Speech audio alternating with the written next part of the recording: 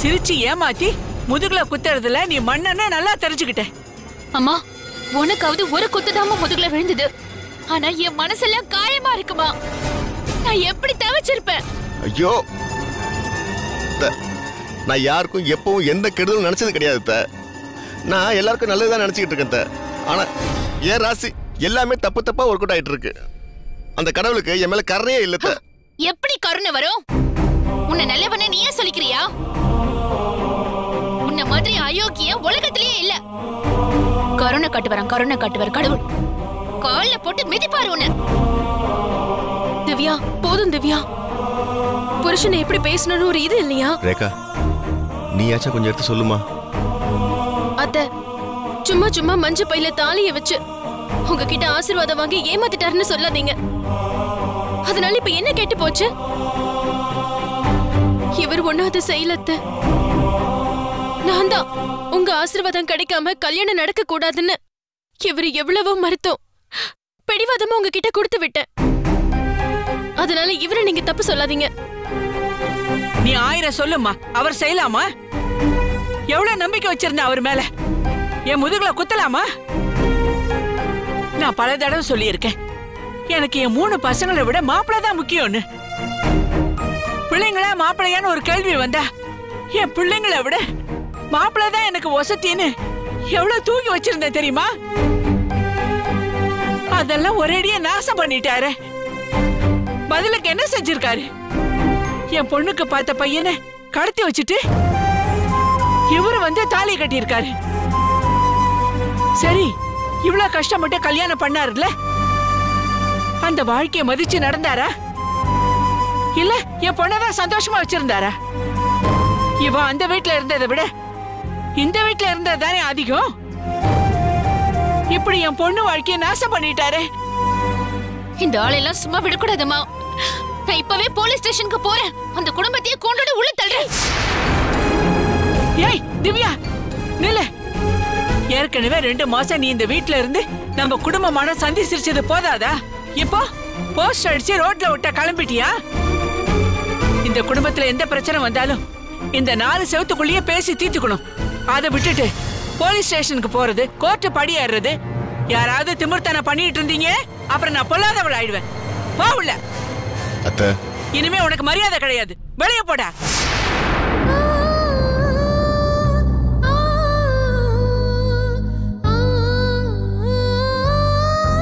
அத்தை, என்ன மன்னிச்சிருங்க அத்தை. மன்னிக்கிற காரியமா நீ பண்ணிருக்க? உன்னை இனிமே மன்னிக்கவே முடியாது. இந்த விஷயம் எல்லாம் தெரியாம இத்தனை நாளா நான் என் பொண்ணதான் திட்டிட்டு இருந்தேன். ஆனா இன்னைக்கு கவிதா வீட்டுக்கு போய் அவங்க அண்ணனை பார்த்து நடந்த விஷயத்தை எல்லாம் கேட்டுட்டு வந்ததுக்கு அப்புறம் தான் என் ரத்தம் கொதிச்சு போச்சு. மாப்பிள, உனக்கு என்ன மன்னிப்பு வேண்டி கிடக்கு? வெளியே போ. இனிமே இந்த வீட்டு பக்கமே வராத. அத்தை, போடா வெளியே.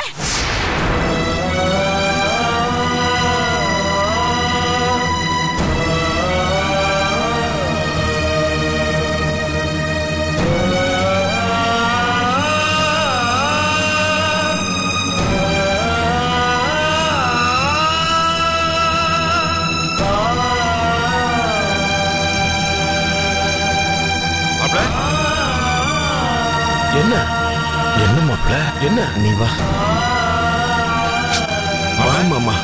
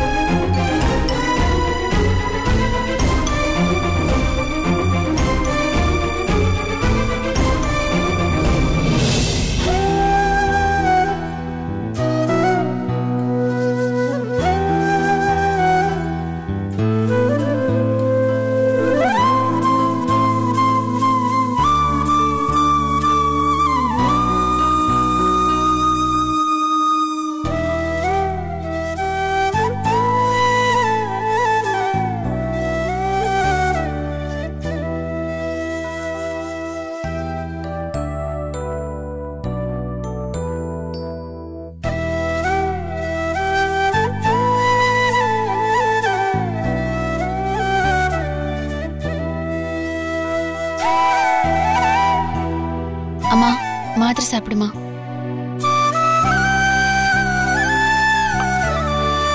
அப்புறம் சாப்பிடுறேன். நீ உட்காரு. என்னம்மா?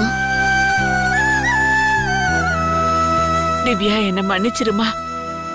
அம்மா, எனக்கு நெஞ்சு வலி வரக்கூடாதுன்னு தினம் தினம் மாத்திரை கொடுத்து என்ன நல்லபடியா கவனிச்சுக்கிட்டு இருக்கேன். ஆனா உனக்கு அந்த ராஜாவை கட்டி வச்சு வாழ்க்கை பூரா நெஞ்சு வலி கொடுத்துருக்கேனே அம்மா.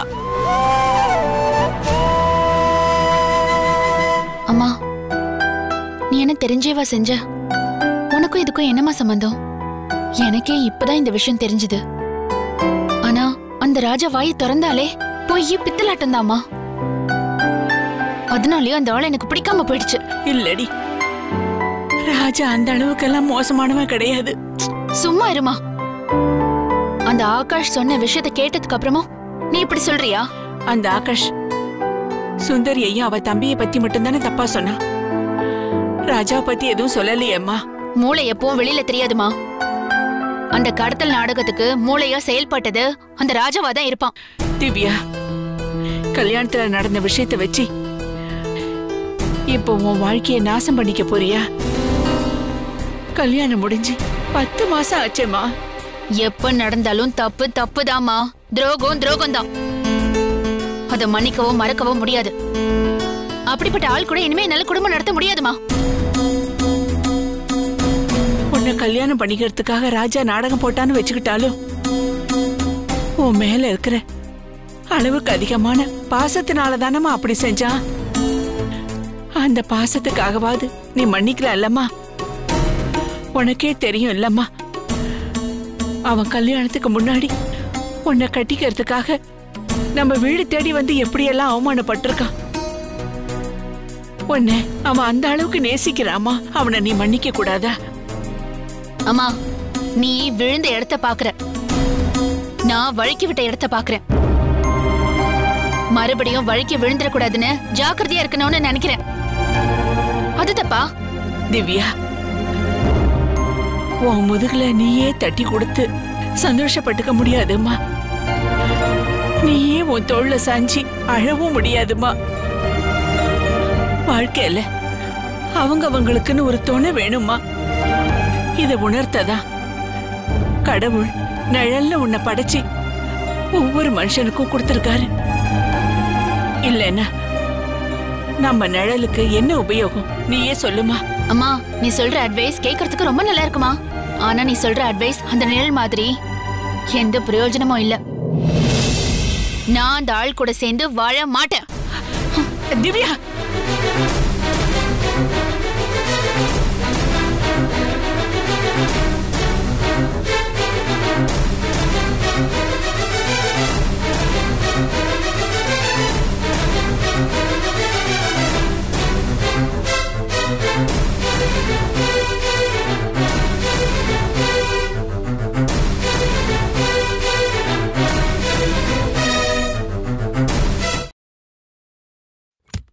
சார்,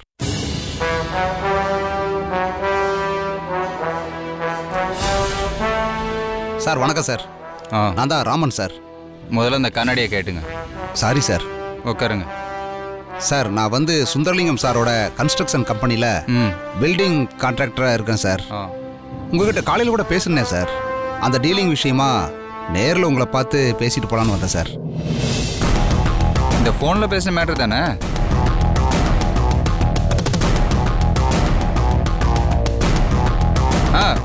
சொல்லுங்க. ஞாபகம் இருக்கு, சொல்லுங்க. பாவம் சார், பெரியவர் அநியாயமாக போய் சேர்ந்துட்டாரு.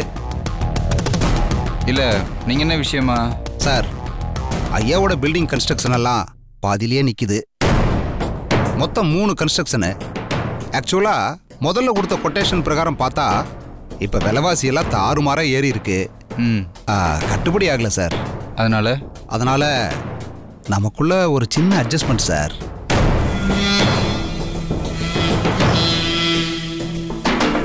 சிமெண்ட்டு, ஸ்டீல் ராடு இதெல்லாம் செகண்ட் குவாலிட்டி பொருட்களை தான் யூஸ் பண்ண முடியும் சார்.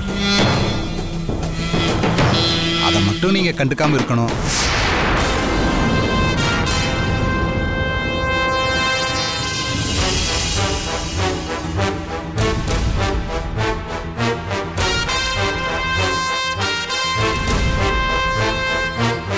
சாதாரணமா சுந்தரலிங்க ஐயாவே இதை கண்டுக்க மாட்டாரு. அவருக்கு சேர வேண்டியதெல்லாம் அது அப்பப்ப போய் சேர்ந்துரும். நீங்க புதுசு பாருங்க. அதான் முத தடவை உங்களை பார்த்து பேசலான்னு வந்தேன். அடுத்தடுத்த கட்டட வேலையெல்லாம் ஆட்டோமேட்டிக்கா அதுவே நடந்துரும் சார். என்ன சார் பேசாம இருக்கீங்க? அட பாவி, ஏய் ராஸ்கல், எழுந்துடா. ஏண்டா உன்னால கட்டட கட்ட முடியலாம் பிச்சர்றாங்க. அது போய் ஏன்டா ஜனங்க உசுரோட விளையாடிட்டு இருக்க? நீ பாட்டு மட்டமான சிமெண்ட் கம்பியில பில்டிங்கை கட்டிட்டு காசை வாங்கிட்டு போயிட்டே இருப்ப. அதை வாங்கினவங்களா என்ன மண்ணுக்குள்ள போகணுமா? செய்யற தொழிலுக்கே துரோகம் பண்றிய, நீல உருப்பிடுவியா? யோ யாரையா நீ? யோ நிறுத்தியா? அவரும் இந்த கம்பெனில ஒரு எம்டி தான் சார். நீங்க தானே அது? மன்னிச்சிருங்க சார், நாம சந்திச்சதே இல்லையா, அதான் மிஸ் அண்டர்ஸ்டாண்டிங் ஆயிருச்சு சார். இங்க பாரு, இங்க வந்து கம்பெனில ஏதாச்சும் எக்கு தப்பா பேசுன தொலைச்சிருவான் உன்னை. கோவப்படாதீங்க சார், இதெல்லாம் ப்ரொசீஜரு. தாத்தாவே சொந்த கம்பெனியில 10% கமிஷன் வாங்கிட்டு இதெல்லாம் கண்டுக்காம விட்டுருந்தாரு. நீங்க என்ன சார் அவரோட பணத்தை வச்சுக்கிட்டு இவ்வளவு உணர்ச்சிவசப்படுறீங்க? பொழைக்கிற வழியை பாருங்க சார். ஏய், இன்னொரு வார்த்தை பேசுன உன்னை போலீஸ்ல ஹேண்ட் ஓவர் பண்ணிடுவேன். சார், செகண்ட் கிரேட் பொருட்களை யூஸ் பண்ணா கட்டடம் ஒரே நாள்ல மண்ணில் புதையாது சார். என்ன 30 வருஷம் உழைக்கிற கட்டடம் ஒரு 20 வருஷம் தாங்கும். தாத்தா இது வரைக்கும் கட்டின கட்டடம் எல்லாம் பொத்து பொத்துன்னு விழவா செய்யுது. இதை பாருங்க சார், இதெல்லாம் அவ்வளவு சீக்கிரம் யாரும் கண்டுபிடிக்க முடியாது. யோ, இது எங்களுக்கு வேண்டாயா? நாங்க தொழில் துரோகம் செய்ய விரும்பல சார். இன்னையிலிருந்து 20 வருஷத்துக்கு அப்புறம் என்ன நடந்தா நமக்கு என்ன சார்? இன்னைக்கு கிடைக்கிற வருமானத்தை பாருங்க. நீங்க எங்கேயோ இருக்க போறீங்க, நான் எங்கேயோ இருக்க போறேன். இன்னொரு வார்த்தை பேசுன 20 வருஷம் கழிச்சு சாக போற நீ இன்னைக்கே செத்துருவ. மனித வெளிய போயா, உன் கான்ட்ராக்டா கேன்சல் ஆச்சு, வெளிய போ. என்ன சார் சொல்றீங்க? ஏய், அதான் என் பார்ட்னர் சொல்லிட்டார்ல, உன்ன மாதிரி பேமானிலாம் என் கம்பெனியில் இடம் கிடையாது, வெளியில கிளம்பு. சார், இவர் தான் சார் என் சட்டையை பிடிச்சி அடிக்க வந்தாரு. அவராவது அடிக்க தான் வந்தாரு, நானும் அந்த அடிச்சே இருப்பேன். உங்க பழைய எம்டி இல்ல, அவரை நான் அப்பவே அடிச்சவன். வெளியில போ. போயா. யோ சொல்றல, போயா போயா. அண்ணா உட்காருங்கண்ணா. இருக்கட்டுப்பா, இந்த மாதிரி ஆளுங்களாம் ஏப்பா உள்ள விட்டு இருக்க நீ? அண்ணா நான் எங்க வர சொன்னேன்? அவனா தானே வந்தேன், வந்து பழைய கதையில என்கிட்ட சொல்லிட்டு இருக்கான். இருந்தாலும் இந்த மாதிரி ஆளுங்களாம் உள்ளே விடாதப்பா. அது எப்படின்னு? இப்போ உங்க குடோனுக்கு அரிசி வருது, அதுல கல்லு மண்ணெல்லாம் கலந்தானே வருது. இப்போ 1 கிலோ 150 ரூபானா அந்த அரிசி சுத்தமா இருக்கு.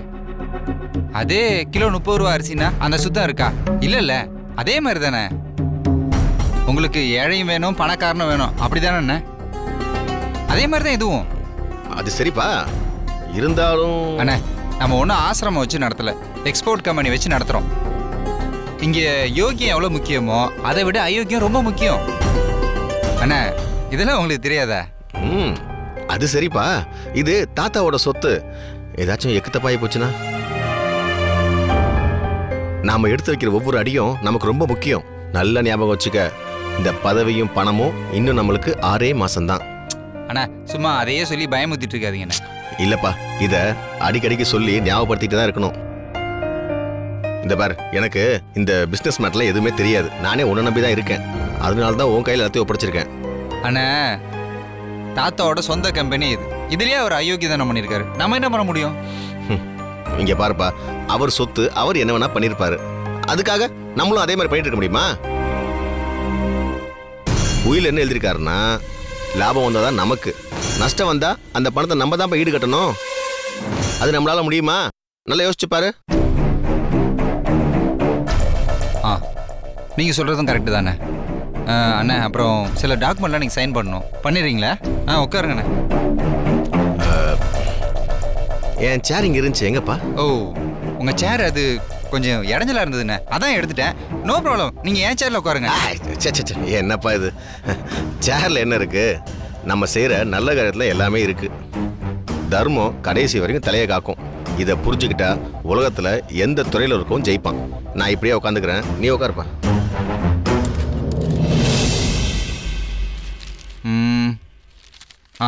இந்த ஃபைல் தானே, சைன் போடுங்க.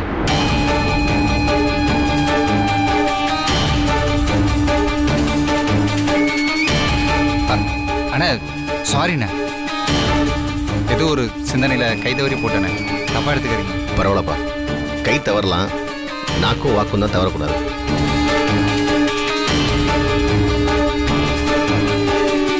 சரியா ஞான பழமா இருக்காரு சங்கர். நான் இப்படி அடிக்கடிக்கு உனக்கு அட்வைஸ் பண்றதுனால நீ என்ன ஞான பழம் நினைச்சிடாத. இல்லைண்ணே, நான் அப்படியே நினைக்கலண்ணே. இங்க பாரு, நீ அப்படி நினைச்சாலும் பரவாயில்லங்கிறேன். இந்த 6 மாசமும் நாம ஒருத்தருக்கு ஒருத்தர் இந்த மாதிரி அட்வைஸ்லாம் சொல்லிக்கிட்டே இருக்கணும். ஏன்னா இந்த பதவியும் பணமும் நம்மளோடது கிடையாது. எல்லாமே 6 மாசம்தான். எல்லாம் 2வது உயில் வர வரைக்கும் தான். சரிண்ணே. சரி, எங்கப்பா கையெழுத்து போடணும்? அதில் என் சைன் பண்ணியிருக்கேண்ணே, அது பக்கத்துலேயே சைன் பண்ணிவிடுங்க. என்னப்பா இதெல்லாம்? அண்ணா இது income tax, sale tax, monthly return, அப்புறம் எக்ஸ்போர்ட் லைசன்ஸ் ஒன்று ரினிவல் பண்ணுறோம், அந்த டாக்குமெண்ட், ஃபாரின் கம்பெனிக்கான அக்ரிமெண்ட், இன்கம் டேக்ஸ்க்கான நியூ ஃபைல், அது இல்லாமல் இந்த கம்பெனிக்கு தேவையான. போதும் போதும் போதும் போதும் போதும், ஒன்றுமே புரியல. 10 வருஷம் பப்ளிக் எக்ஸாமை ஒரே நேரத்தை எழுதுன மாதிரி படப்படப்படம் ஒரே இங்கிலீஷாக இருக்கே. இந்த மாதிரி இங்கிலீஷ் எல்லாம் இதுக்கு முன்னாடி நான் இங்கிலீஷ் சேனல் தான் பார்த்துருக்கேன், இங்கிலீஷ் படத்தெல்லாம் கேட்டிருக்கேன். இங்கே பாரு, நீ எங்கெல்லாம் கையெழுத்து போட்டியோ அது கீழே நான் கையெழுத்து போடணும், அவ்வளோதானே? ஆமாண்ணே. அந்த பேனா விடு.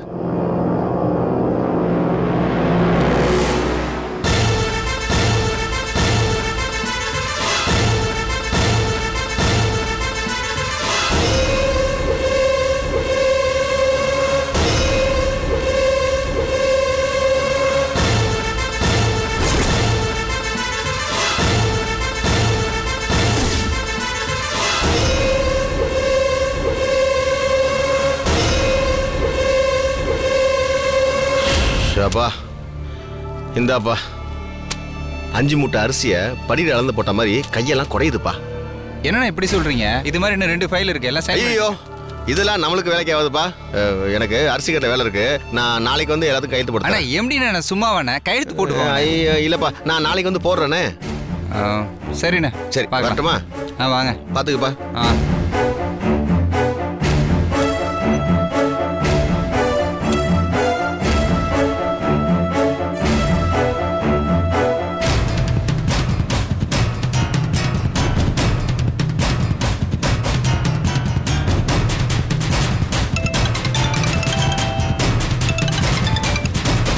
ஹலோ, நான் சங்கர் பேசுகிறேன். சார். என்ன சார், உங்களை நம்பி வந்தேன். காலையில் ஃபோன் பண்ணிட்டு தானே வந்தேன். என் பொழப்பில் இப்படி மண்ணலை போட்டீங்களே சார். நீ மண்ணிலோடு அடிக்கிறவன் தானே? இருந்தாலும் நீங்க இப்படி பண்ணுவீங்கன்னு நான் எதிர்பார்க்கல சார். யோ, காலைல தான் டீல் பேசி ஓகே பண்ணியிருக்கேன். உன்னையே முந்திரி கொட்ட மாதிரி ஆஃபீஸ் வர சொன்னது சார். நாம முன்ன பின்ன ஒருத்தர் பார்த்தது இல்ல, அதான் பார்த்து இன்ட்ரோடியூஸ் பண்ணிக்கலான்னு வந்தேன். இன்ட்ரோடியூஸ் பண்ணிக்கலாம், இப்படி வரலாமா? தப்பு இல்ல. என்ன சார், இப்ப எல்லாம் போச்சே சார். எதுவும் போகல, உன் கான்ட்ராக்ட்லாம் ஓகே ஆயிடுச்சு. என்ன சார் சொல்றீங்க? நீங்க கையெழுத்து போட்டாலும் அந்த அரிசி மண்டி எம்டி கையெழுத்து போட மாட்டாரே சார். எல்லாம் அவரும் கையெழுத்து போட்டார். எப்படி சார்? அதெல்லாம் உனக்கு தேவையில்லாத வேலை. உன் கான்ட்ராக்ட் ஓகே, அவ்வளவுதான். அப்போ உங்களுக்கு 10% கமிஷன் கன்ஃபார்ம் சார். 10 இல்ல, இப்போ 20. என்ன சார் சொல்றீங்க? உன் ஆர்வ கோளர்ல ஆபீஸ்ல வந்து எல்லா விஷயத்தையும் கெடுத்தல்ல, அதுக்கு 10% எக்ஸ்ட்ரா. நீ பாரு, கான்ட்ராக்ட் இப்ப என் கையில தான் இருக்கு. நீ யோசிக்கிறதா இருந்தா இந்த பேப்பரை கிழிச்சு போட்டு வேற ஆள்கிட்ட கொடுத்துட்றேன். ஆல் ரெடியா இருக்கு, என்ன சொல்ற? Sir sir sir, okay sir. உங்க அக்கௌண்ட் நம்பரை எனக்கு எஸ்எம்எஸ் பண்ணுங்க. ஒரு அட்வான்ஸ் அமௌண்ட்டை உங்களுக்கு அக்கௌண்ட்ல போட்டு விட்டுறேன். எதுக்கு? போலீஸ்ல நான் மாட்டிக்கிறதுக்கா? நீங்களும் ஒரு அக்கௌண்டன்ட்னு மறந்து போச்சு சார். நீ பாரு, நான் சொல்றத நீ கேளு. நாளைக்கு ஈசிஆர் ரோட்ல இருக்கிற பீச் ரெசார்ட்டுக்கு நீ வா. அமௌண்ட்டை கரெக்டாக எடுத்துட்டு வா, புரியுதா? அப்படி நீ எடுத்துட்டு வந்தனா கான்ட்ராக்ட் ஓகே, நீயே எடுத்து நடத்தலாம். சரியா? ஓகே சார், வந்துடுறேன் சார்.